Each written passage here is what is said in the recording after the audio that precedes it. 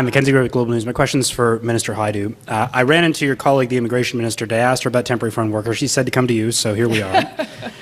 We've heard from Mr. Poilievre saying that there should be an end to the temporary foreign worker program. Is your government considering any reforms to the program to try and limit, in particular, low-skill work being put out to temporary foreign workers? Yeah, thank you very much for the question.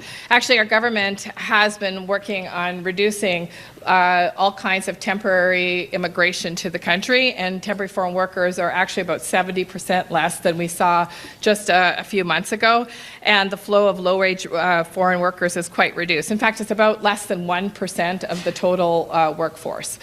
Now, having said that, I believe that it's important that we listen to employers, we listen to workers, and we understand how we can actually ensure that the program is being run with integrity.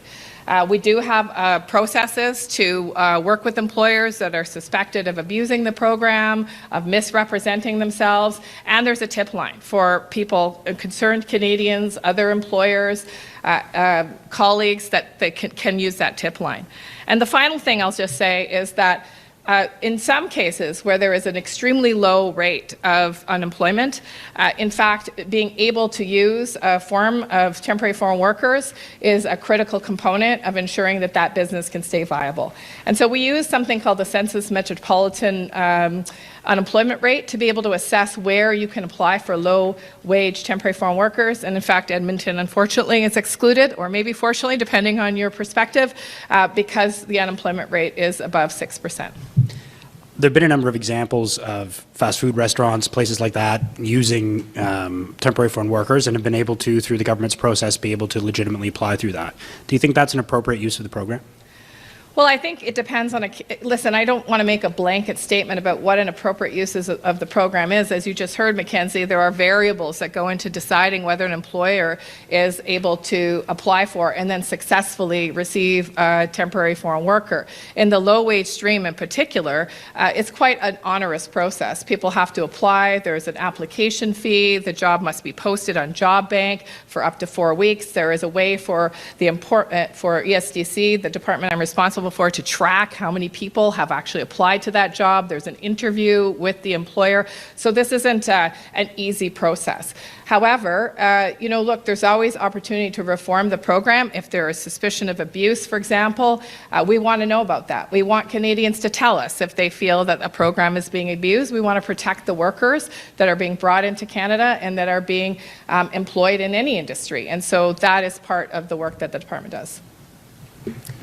Hi, Minister Hajdu. Kyle Duggan from the Canadian Press. I have a question from one of my colleagues in Ottawa for you.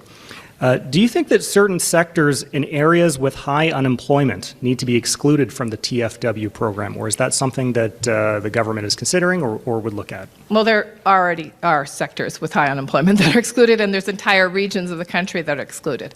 And certainly all of that's available online. So I encourage you to take a look at the temporary foreign worker program on the website. Okay, and you had mentioned in your remarks the youth unemployment numbers. I'm just curious why you think they're so high right now.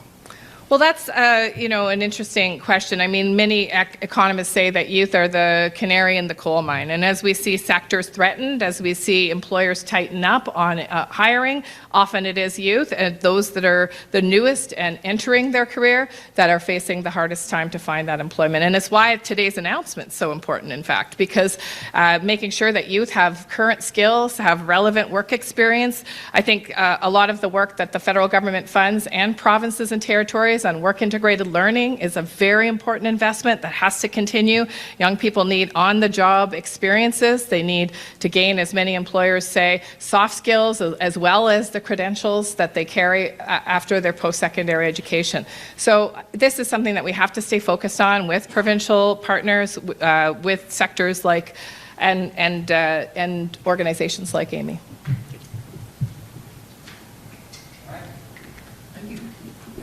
Thanks.